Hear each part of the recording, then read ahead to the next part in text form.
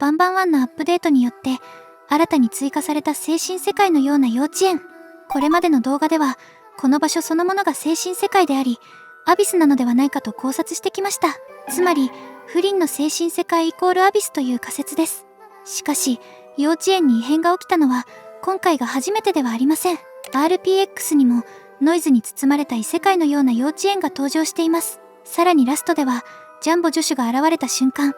ゲームがバグったかのように画面が停止してしまいます。この演出アップデート後のバンバン1と似ていませんか？では RPX に登場した幼稚園もアビスなのでしょうか？そして私たちがこれまで現実だと思っていた幼稚園は本当に現実なのでしょうか？そのヒントはこれまで謎だったナニーのジャンプスケアに隠されていました。今回は複数の幼稚園に起きた異変から見えてきた精神世界とアビスの奇妙なつながりを考察していきます。4つの幼稚園。まず情報を整理していくと、これまでに同じマップの幼稚園が少なくとも4つ登場しています。1つ目はバンバン1に登場する通常の幼稚園です。マップ自体は短いものの、今後の物語につながる多くの伏線が配置されています。すべての異変を比較する上で基準となる幼稚園です。2つ目はアップデート後に追加された精神世界のような幼稚園。通常版にいたオピラバードが消え、壁画のバンバンたちは虚無のような目でこちらを見つめています。さらに本来ジャンボ助手が登場する場所にはヘリッシュナニーが現れます。3つ目は RPX に登場した異世界のような幼稚園です。空間全体にノイズがかかり、テーブルは天井に張り付き、思念体のようにも見える謎のクリスタルが散らばっています。通常の幼稚園とは細かな部分が異なり、まるで間違い探しのような空間です。そして4つ目はバンバン5のストアページやバナーに登場している幼稚園です。一見すると通常の幼稚園と大きな違いはないように見えます。しかし食堂には謎のジバニウム人がひょっこり反しており、更新されたバナーではこれまでよりも荒れ果てた幼稚園の様子が描かれています。なぜ幼稚園が何度も登場するのでしょうか？これは単なるマップの再利用ではなく、現実、記憶、精神世界という異なる状態を比較するために同じ幼稚園が使われている可能性があります。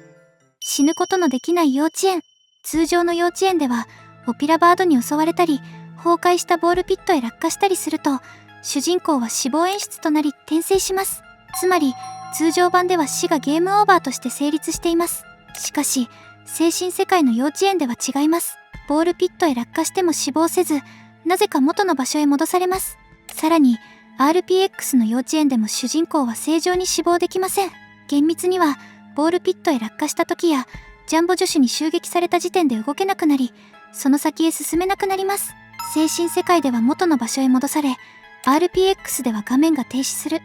表現方法は違いますが、どちらも通常版のように死が完了していません。この共通点から2つの幼稚園は主人公が肉体を持って行動している現実ではなく、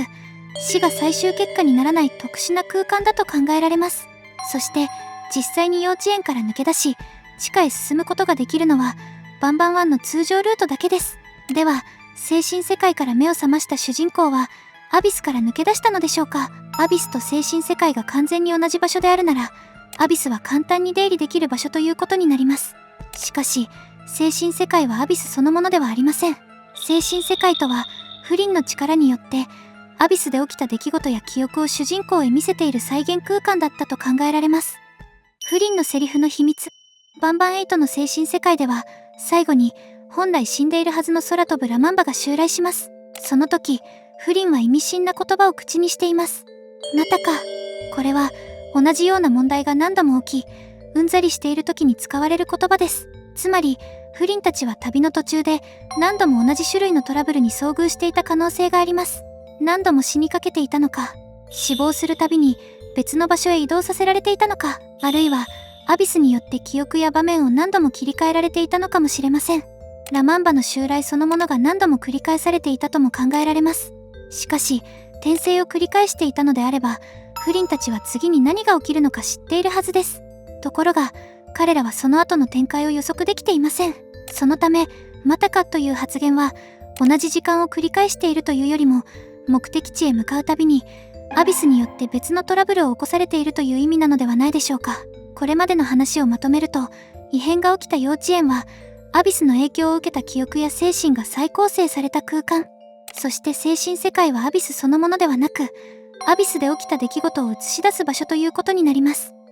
ナニーと白い空間、ここまで整理すると、精神世界とアビスをつなぐ重要な存在も見えてきます。それが、ナニーです。シリンジョンの死亡演出とも言える場面では、周囲が突然、何も存在しない白い背景へ変化しました。さらに開発者のファリス氏は、過去のディスコードへの投稿で、白い背景に置かれたロボットや重火器の画像を共有しています。これらはいずれも、バンバン9に関係していると考えられるものです。また、アムネジアのミュージックビデオの最後にも、同じような白い空間が描かれています。つまり白い背景は、単なる演出ではなく、アビスを表している可能性があります。そして、直近のバンバン1のアップデートでも、ナニーのジャンプスケア後に、通常とは異なる精神世界の幼稚園が登場します。この流れから考えると、ナニーは単純に主人公を殺す敵ではなく、主人公の意識をアビスと関係する別の階層へ移動させる役割を持っているのかもしれません。ナニーのジャンプスケアによって主人公の肉体、あるいはその時点の状態は一度終了する。しかし、アビスの影響下では死が完全には成立せず、主人公の意識だけが別の空間で再構成される。そう考えれば、ナニーに殺された後も物語が続く理由を説明できます。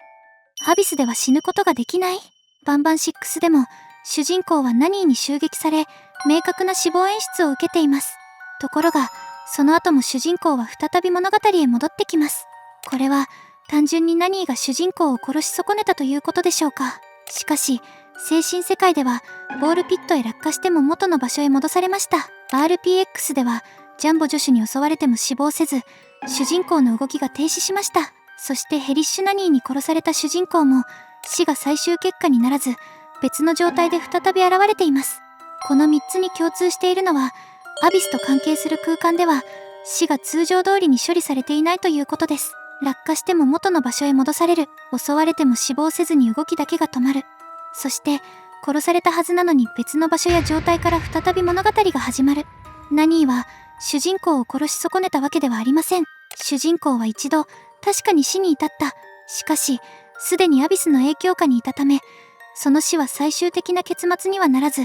別の場所、あるいは別の状態へ移されたと考えられます。では、なぜ主人公は、通常の幼稚園にいた段階ですでに、アビスの影響を受けていたのでしょうか。ここが、今回の考察で最も重要なポイントになります。バンバン5こそが現実の幼稚園。そうなると、一つの大きな疑問が生まれます。主人公がこれまで歩いてきた幼稚園は、本当に現実だったのでしょうか。バンバン1の幼稚園は、ボールピットが崩壊し、実験体たちが野生化して暴れていた場所です。それにもかかわらず、床や壁、机などは不自然なほど綺麗な状態を保っています。一方、バンバン5のバナーに描かれた幼稚園は、これまでよりも明らかに荒れ果てています。もし、バンバン5に登場する幼稚園が、事件後の時間が経過した本当の幼稚園だとすれば、この荒廃した姿の方が現実として自然です。逆に、これまで主人公が歩いていた綺麗な幼稚園は、主人公やフリンの記憶をもとに、アビスが再構成した過去の幼稚園だった可能性があります。RPX では、幼稚園の構造は再現されていましたが、テーブルの位置やクリスタルなど、現実とは異なる部分が混ざっていました。精神世界の幼稚園でも、オピラバードが消え、ジャンボ助手がナニーに置き換えられています。つまりアビスは、場所を完全に再現するのではなく、記憶や精神状態によって空間の内容を書き換える性質を持っているのかもしれません。なぜなら、アビスは論理が通用しない場所だからです。そう考えると、バンバン1の幼稚園も完全な現実ではなく、現実に近い形で再現された幼稚園だった可能性が出てきます。精神世界の幼稚園で出てきた虚無のメバンバンたちが、バンバン2の複数の不自然な扉に描かれています。構造的にも、今考えるとおかしいです。バンバン5で初めて映し出される荒廃した幼稚園こそが本当の現実なのかもしれません。これまで主人公がいたのは現実に見えるアビスの中。ナニーに殺されても主人公が戻ってこられたのはすでに死が完了しない世界にいたからです。そしてアビスの外側に存在する本当の荒廃した幼稚園。それがバンバン5で描かれている幼稚園なのではないでしょうか。この動画が面白かったらチャンネル登録、高評価をお願いします。